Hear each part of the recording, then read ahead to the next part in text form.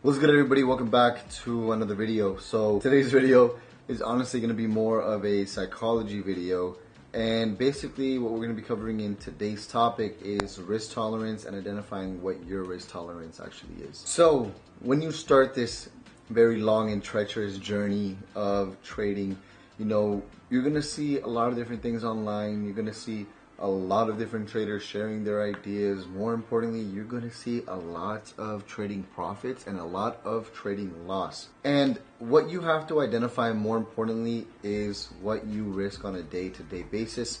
Not just that, what you're comfortable with risking on a day-to-day basis. Because you might see me, for example, posting a 20, 30, 40, even $100,000 trading day. You might see other people in the trading community have $10, $15, $20,000 days, $2,000 days. More importantly, ultimately, you have to understand one of two things. You have to understand and identify the amount of capital that you're trading with, and you also have to set realistic expectations to the amount of capital that's relative in your trading account. So essentially, what do I mean by that?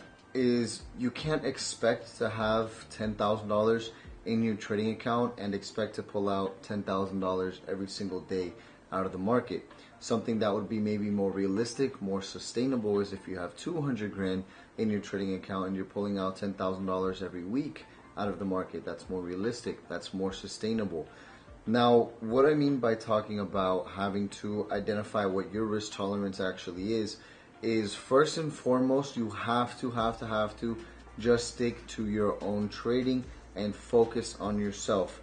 Don't focus on everything that you see possibly online, all these YouTube videos in the Discord community. Don't focus on other people's profits because one, you don't know how much capital they're trading with, and two, you don't know their experience level either. So use the appropriate risk for the amount of capital that you have in your trading account and just focus on trading on a day-to-day basis, and I promise you, with time, you will get better. As any skill in life, with time, dedication, practice, you will get better.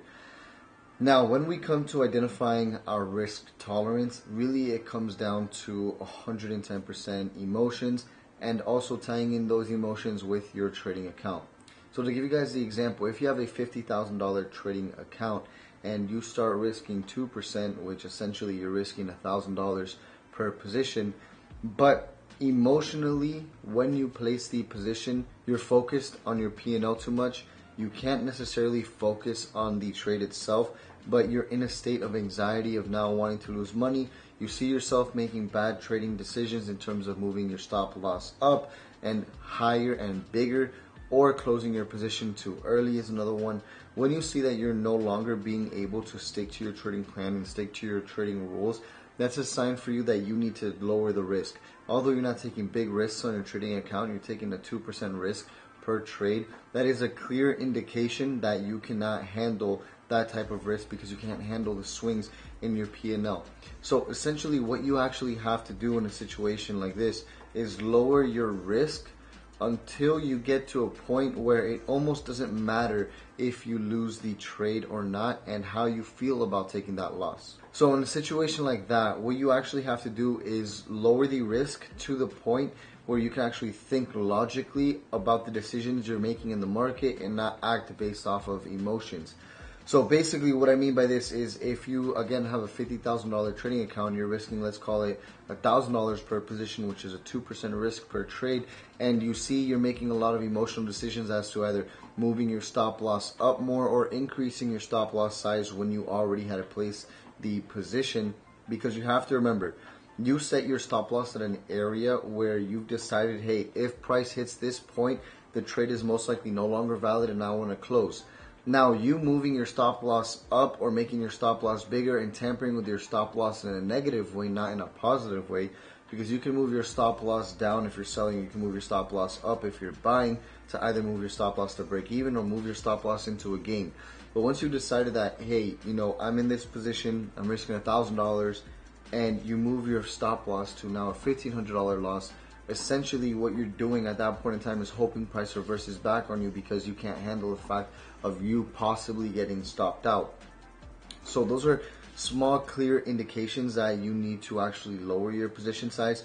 Because one thing you have to remember is, although you can agree that, hey, on this trade I might lose $1,000, that doesn't mean that you subconsciously accept the fact that you could potentially lose those $1,000 on that position.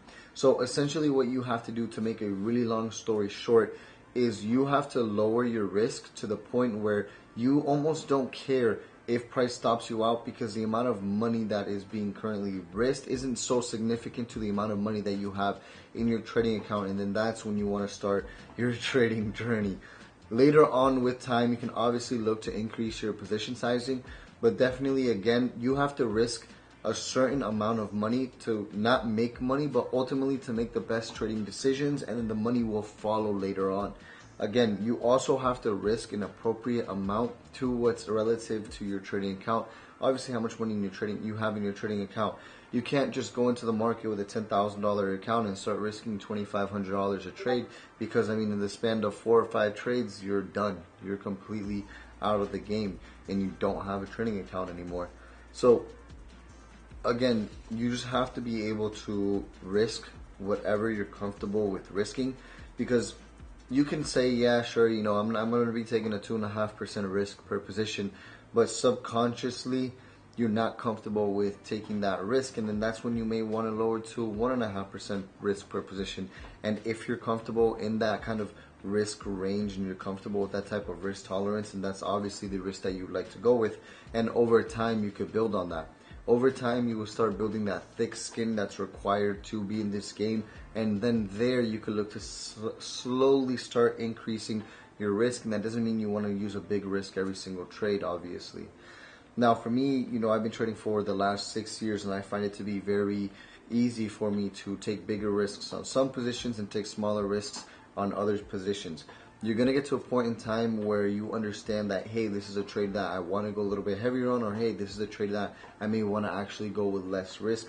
And ultimately, you're going to find what your risk tolerance is. But everyone has a baseline as to what type of risk tolerance they actually have and that they can actually endure. Just because just because it makes sense that risking 2% on a position is pretty sustainable, that doesn't mean that you're actually comfortable with risking those 2% per position. Some people don't have such a great risk tolerance like others, and some people just have a greater risk tolerance than others.